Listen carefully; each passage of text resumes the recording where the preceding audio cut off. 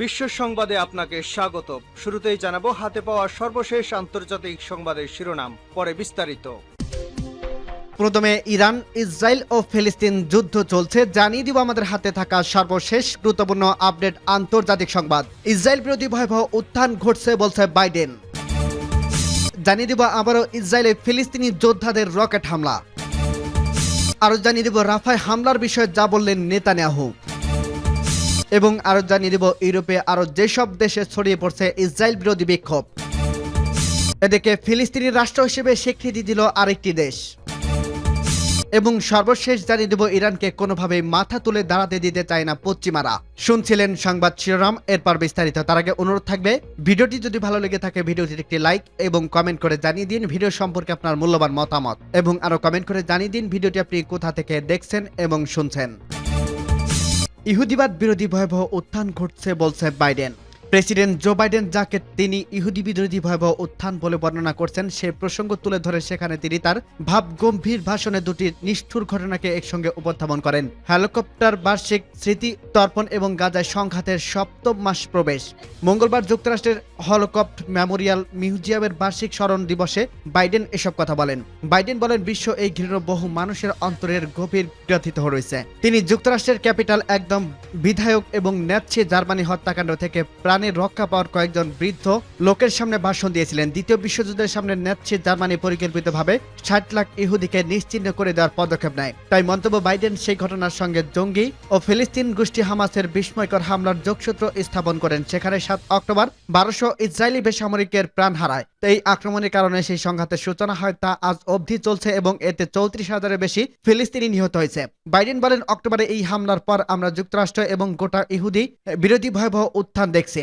এখন এই যে আমরা আছি 75 বছর পর নয়, 7.5 বছর পর, আর জনগণ ইতিমধ্যেই ভুলে যাচ্ছে যে এই সন্ত্রাসের সূচনা করেছিল হামাস। ইহুদি সম্প্রদায়কে অসুস্থ করে বাইডেন বলেন, আপনারা আছেন এবং থাকবেন। ইহুদি জনগণের সুরক্ষা, ইসরায়েলের নিরাপত্তা এবং স্বাধীন ইহুদি রাষ্ট্র হিসেবে এবং টিকে থাকার অধিকার সম্পর্কে আমরা প্রতিশ্রুতি লৌহ দৃঢ়, এমনকি আমরা যখন দ্বিমত প্রকাশ করি তখনও। Jewish counselling for public air force এর প্রধান নির্বাহী কর্মকর্তা এমি স্লিপটানিক বাইডেনের ভাষণে ভয়েসে প্রশংসা করেন এবং এক বিবৃতিতে তিনি বলেন, ইহুদিবাদ বিরোধিতা শুধু ইহুদিদের জন্য নয়, সবার জন্যই সমস্যা। আবারও ইসরায়েলে ফিলিস্তিনি যোদ্ধাদের রকেট হামলা। ইসরায়েলের অভ্যন্তরে 3 সেনা নিহত 2 দিন ব্যবধানে আবারও একই ধরনের রকেট হামলা চালানো হয়েছে, তবে এবার কোনো হতাহতর খবর পাওয়া যায়নি। ইসরায়েলি প্রতিরক্ষা বাহিনী আইডিএফ এর সংবাদ বিজ্ঞপ্তিতে বলা হয়, মঙ্গলবার 7 মে গভীর রাতে রাফা এলাকা থেকে দক্ষিণ ইসরায়েলে কারাম সালেম ক্রসিং এবং রেইমের বসতি লক্ষ্য করে প্রায় 18টি রকেট ছোড়া হয়। এ সময় সাইরেন বেজে উঠলে ইসরায়েলি আকাশ প্রতিরক্ষা ব্যবস্থা সক্রিয় হয়ে ওঠে। আরো বলা হয়, সাম্প্রতিক দিনগুলোতে দ্বিতীয়বারের মতো হামলা হলো। হামলাকারী সেনা ফাঁড়ি এবং ট্যানবাহী যানের অবস্থান লক্ষ্য করে ছোড়া হয় রকেট। এতে ক্রসিং কার্যক্রম বন্ধ দীর্ঘায়িত হচ্ছে। এ ধরনের রকেট নিক্ষেপ গাজায় মানবিক সহায়তা প্রবেশে বাধা দিচ্ছে। আইডিএফ বলছে, গাজায় বেসামরিক নাগরিকদের মানবিক সহায়তা প্রদানের জন্য কারাম সামেল ক্রসিং পুনরায় চালু করে প্রয়োজনীয় নিরাপত্তা নিশ্চিতে চালু হচ্ছে। এর আগে রোববার 5 মে হঠাৎ গাজায় সীমান্তবর্তী ইসরায়েলের কারাম আবু সালেম একটি ফাঁড়িতে মুহুর্মুহু রকেট হামলা হয়। এতে ইসরায়েলি 3 সেনা নিহত এবং 11 জন আহত হয়েছেন। হামাস এই হামলার দায় স্বীকার করেছে। এই নিয়ে চলমান যুদ্ধে 266 জন ইসরায়েলি সেনা নিহত হলেন। আনাদুলু এজেন্সি জানায়, এসব হামলার সঙ্গে ফিলিস্তিন গোষ্ঠী হামাসের সশস্ত্র শাখা আল কাসাম ব্রিগেড জড়িত। তারা দক্ষিণ ইসরায়েলের জনবসতির দিকে অন্তত 30টি রকেট ক্ষেপণাস্ত্র নিক্ষেপ করছে বলে দাবি করছে। এতে অনেক স্থানে আগুন লেগে যায়। ইসরায়েলের দাবি করে আসছে, রাফায় শরণার্থী শিবিরে আড়ালে হামাস ঘাঁটি লুকিয়ে আছে। এই অভিযোগ সেখানে প্রাথমিক স্থল অভিযান শুরু করে তারা। মঙ্গলবার 7 মে গাজায় লাইফলাইন খ্যাত রাফা সীমান্তে ক্রসিং দখলের পর সেখানে অ্যার্টিলারি সহ বিপুল ইসরায়েলি সেনা অবস্থান নিয়েছে। যে কোনো সময় বড় ধরনের অভিযানের উদ্দেশ্যে সেনাবাহিনীটি ঘনবসতির দিকে এগোনোর আশঙ্কা করা হচ্ছে। এমন পরিস্থিতিতে সীমান্তবর্তী ইসরায়েলের ফাঁড়িতে হামাস হঠাৎ হামলা শুরু করছে। এতে ইসরায়েলের প্রধানমন্ত্রী বেঞ্জামিন নেতানিয়াহু রাফার হামলার যুক্তি বিশ্বাসযোগ্য হয়ে উঠছে। রাফায় হামলার বিষয়ে যা বললেন নেতানিয়াহু। গাজার লাইফলাইন খ্যাত রাফা সীমান্ত ক্রসিং দখলের পর সেখানে আর্টিলারি সহ বিপুল ইসরায়েলি সেনা অবস্থান নিয়েছে। যে কোনো সময় বড় ধরনের অভিযানের উদ্দেশ্যে সেনাবাহিনীটি ঘনবসতির দিকে এগোনোর আশঙ্কা করা হচ্ছে। এই পরিস্থিতিতে তীব্র সমালোচনার মুখে অভিযান নিয়ে কথা বলছেন ইসরায়েলের প্রধানমন্ত্রী বেঞ্জামিন নেতানিয়াহু। প্রধানমন্ত্রীর দপ্তর থেকে মঙ্গলবার 7 মে এক ভিডিও বার্তায় নেতানিয়াহু বলেন, আমি যুদ্ধকালীন মন্ত্রিসভার সঙ্গে আলোচনা করে রাফার অভিযান চালানোর নির্দেশ দিয়েছিলাম। এর কয়েক ঘন্টার মধ্যে আমাদের সেনারা রাফায় ক্রসিং এর ইসরায়েলি পতাকা উত্তোলন করে এবং হামাস হামাস পতাকা নামিয়ে দেয়। বর্তমান আমাদের লক্ষ্যে দুটি রয়েছে, জিম্মিদের ফিরিয়ে আনা এবং হামাসকে নির্মূল করে দেওয়া। আমরা ইতিমধ্যে প্রমাণ করছি জিম্মিদের ফিরিয়ে আনার ক্ষেত্রে হামাসের ওপর সামরিক চাপ অপরিহার্য। তিনি আরো বলেন, ইসরায়েল যেন রাফায় হামলা না চালায় তাই তাৎক্ষণিক যুদ্ধবিরতির প্রস্তাবে রাজি হয়েছে হামাস, কিন্তু তাতে আর গা করেনি। যুদ্ধকালীন মন্ত্রিসভা জানিয়ে দিয়েছে যুদ্ধবিরতির প্রস্তাবগুলো ইসরায়েলের মৌলিক শর্ত থেকে অনেক দূরে, যা আমাদের নিরাপত্তার জন্য হুমকি স্বরূপ। তবুও কাউরিতে আমাদের প্রতিনিধি দলকে পাঠিয়েছি, কারণ আমরা ইসরায়েলের নিরাপত্তা এবং জিম্মিদের নিরাপদে ফিরিয়ে দিতে চাই। তবে এর জন্য আমরা যুদ্ধ বন্ধ করব না, কারণ হামাসকে পুনরায় গাজা শাসনের সুযোগ দেওয়া হবে না আবার সংগঠিত হয়ে ইসরায়েলের অভ্যন্তরে হামলা চালানোর। এর জন্য রাফায় এই অভিযান। এর মাধ্যমে হামাসের সামরিক সক্ষমতা ধ্বংস করে দেওয়া হবে, গুড়িয়ে দেওয়া হবে সেখানকার 4টি সন্ত্রাসী ব্যাটালিয়নকেও। ইসরায়েলি সেনা নিহতের প্রসঙ্গে নেতানিয়াহু বলেন, সম্প্রতি হামাসের হামলায় আমাদের বেশ কয়েকজন সেনা নিহত হয়েছে। তাদের পরিবারের প্রতি আমাদের সমবেদনা। আমাদের সাহসী যোদ্ধাদের স্যালুট জানাই। তাদের বীরত্বপূর্ণ কাজের জন্য ইসরায়েলি নিরাপদে থাকতে পেরেছে। আমরা একত্রে যুদ্ধ করব এবং ঈশ্বরের অনুগ্রহে একক বিজয় হব। ইউরোপের আরো যেসব দেশে ছড়িয়ে পড়ছে ইসরায়েল বিরোধী বিক্ষোভ। মার্কিন বিশ্ববিদ্যালয় শিক্ষার্থীদের পথ ধরে এবার ইউরোপে ছড়িয়ে পড়ছে ইসরায়েল বিরোধী বিক্ষোভ। ফিলিস্তিনের গাজা উপত্যকায় যুদ্ধবৃত্তি, ফিলিস্তিন স্বাধীনতার দাবিতে বিক্ষোভ করছে Netherlands, Germany, France, Sweden, Austria, Greek সহ বিভিন্ন দেশের বিশ্ববিদ্যালয়ের শিক্ষার্থীরা। পাশাপাশি ইসরায়েলি কোম্পানিগুলোর সঙ্গে বিশ্ববিদ্যালয়ের প্রশাসনের যাবতীয় চুক্তি বাতিলের দাবি ও সামনে আনছেন তারা।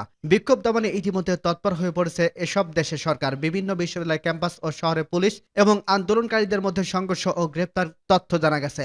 মঙ্গলবার নেদারল্যান্ডসের রাজধানী আমস্টারডামে অবস্থিত ইউনিভার্সিটি অব আমস্টারডাম ক্যাম্পাসে অভিযান চালিয়ে 169 জনকে গ্রেপ্তার করেছে পুলিশ। পাশাপাশি ব্যাপক মাত্রায় লাঠি পিটার এবং প্রেস এবং টিয়ার গ্যাস ব্যবহারের মাধ্যমে আন্দোলনকারীদের ছত্রভঙ্গ করে দেওয়ার অভিযোগ উঠেছে। পরে বুধবার সামাজিক যোগাযোগ মাধ্যমে এক্সে এক বার্তায় আমস্টারডাম পুলিশ জানিয়েছে, রাজধানীর শহর ও বিশ্ববিদ্যালয় ক্যাম্পাসের সার্বিক স্থিতিশীলতা রক্ষার বাধ্য হয়ে কঠোর হতে হয়েছে পুলিশকে। গ্রেপ্তার 169 জনের মধ্যে 4 জন ছাড়া বাকিদের ছেড়ে দেওয়া হয়েছে। এসব তথ্য জানিয়েছে পুলিশ। যে 4 জনকে আটক রাখা হয়েছে পুলিশের উপর হামলার অভিযোগে তাদের বিরুদ্ধে মামলার প্রস্তুতি নিয়েছে হয়েছিল বলে জানিয়েছে পুলিশ। ইউনিভার্সিটি অব আমস্টারডাম পাশাপাশি নেদারল্যান্ডসের আরো 2 বিশ্ববিদ্যালয়, ইউনিভার্সিটি অব আর্টেশট এবং ইউনিভার্সিটি অব ডেলফিও ইসরায়েল বিরোধী বিক্ষোভ চলছে। এদিকে মঙ্গলবার সকালে জার্মানের পূর্বাঞ্চলের শহরে লিপজিগের প্রধান বিশ্ববিদ্যালয় ইউনিভার্সিটি অব লিপজিগের একটি লেকচার হল দখল করে 50 থেকে 60 জন শিক্ষার্থীরা একটি দল। দখলের পর তারা হলের সামনে ব্যানার টানান, সেখানে লেখা ছিল গণহত্যার প্রতিবাদে বিশ্ববিদ্যালয় দখল। ফিলিস্তিনকে রাষ্ট্র হিসেবে স্বীকৃতি দিল আরেকটি দেশ।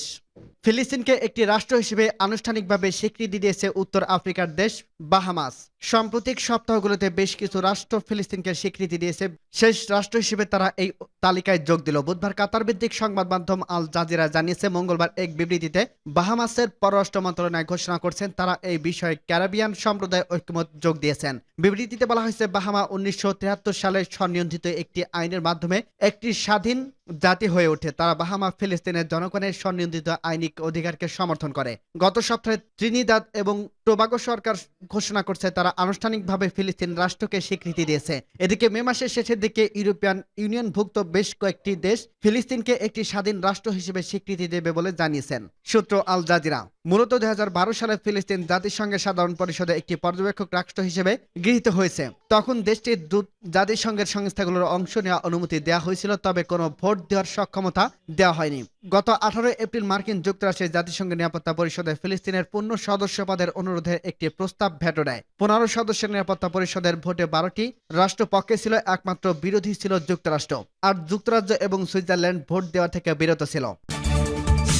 ইরানকে কোনোভাবেই মাথা তুলে দাঁড়াতে দিতে চায় না পশ্চিমারা। মধ্যপ্রাচ্যের অন্যতম শক্তিশালী দেশ ইরানকে কোনোভাবেই মাথা তুলে দাঁড়াতে দিতে চায় না পশ্চিমারা। এজন্য তারা দেশটির বিরুদ্ধে অর্থনৈতিক, সামরিক সহ বিভিন্ন ধরনের নিষেধাজ্ঞা জাল বসিয়ে রেখেছে। কিন্তু তেহরান এসব নিষেধাজ্ঞার মুহূর্তে ব্যর্থ করে দিয়েছে। ইরানকে নিশ্চিত করে রেখেছে তাদের বিজ্ঞানীরা। দেশটির ইসলামী বিপ্লব গার্ড বাহিনী এবং IRGC বিজ্ঞানীদের সাহায্যে অস্ত্রশিল্পের বিশাল এক বাজার তৈরি করে রেখেছে তেহরান। ইরানি বিজ্ঞানীদের কদর আরেক জায়গায়। বিদেশি অস্ত্রের কপি করে অর্থাৎ রিজার্ভ ইঞ্জিনিয়ারিং করে মুহূর্তেই নতুন অস্ত্র তৈরি করতে পারেন তারা। এক্ষেত্রে ইরানি বিজ্ঞানীদের ধারের কাছেও নেই কোনো দেশ। রিজার্ভ ইঞ্জিনিয়ারিং এর জন্য তেহরানকে চরম ভয় পায় যুক্তরাষ্ট্র, ফ্রান্স, ব্রিটেন সহ অন্যান্য পশ্চিমা দেশগুলো। গত বছর রিজার্ভ ইঞ্জিনিয়ারিং করে সাদিত 365 তৈরি করেছে ইরান। সাদিত ইরানের একটি অ্যান্টি ট্যাঙ্ক গাইডের ক্ষেপণাস্ত্র। এই অস্ত্রটি মূলত যুক্তরাষ্ট্রের রিথিয়ন এবং লকহিড মার্টিনের অ্যান্টি ট্যাঙ্ক গাইডের মিসাইল সিস্টেম থেকে বিপরীত প্রকৌশলের মাধ্যমে তৈরি করা হয়েছে। প্রশ্ন হলো, মার্কিন অস্ত্র ইরান হাতে পেলে কি করবে? মূলত রাশিয়ার প্রেসিডেন্ট ভ্লাদিমির পুতিন বন্ধু ইরানের হাতে এসব অস্ত্র তুলে দিয়েছেন বলে অভিযোগ রয়েছে। বিনিময়ে ইরান তাদের শক্তিশালী ড্রোন রাশিয়াকে দিয়েছে, যে ড্রোন দিয়ে ইউক্রেনকে ঘায়েল করতে সক্ষম হয়েছেন পুতিন। রিজার্ভ ইঞ্জিনিয়ারিং এর মাধ্যমে তৈরি করা ইরানের সাদিত 365 নামক ক্ষেপণাস্ত্রটি 8 কিলোমিটার পর্যন্ত দূরত্বের অবস্থানরত বিভিন্ন ধরনের ট্যাঙ্ক ধ্বংস করতে সক্ষম। এই গাইডকে ক্ষেপণাস্ত্র অত্যন্ত নিখুঁতভাবে লক্ষ্যবস্তুতে আঘাত হানতে এবং ট্যাঙ্ক সুরক্ষা ব্যবস্থা বা একেএস ভেদ করতে সক্ষম। রিজার্ভ ইঞ্জিনিয়ারিং এর মাধ্যমে ইরানের স্থানীয়ভাবে তৈরি করা সফল অস্ত্রের মধ্যে রয়েছে তুফান অ্যান্টি ট্যাঙ্ক গাইডের ক্ষেপণাস্ত্র। এটি যুক্তরাষ্ট্রের তৈরি BGM-71 টিউড বিলিট অ্যান্টি ট্যাঙ্ক গাইড ক্ষেপণাস্ত্র তৈরি করা থেকে হয়েছিল।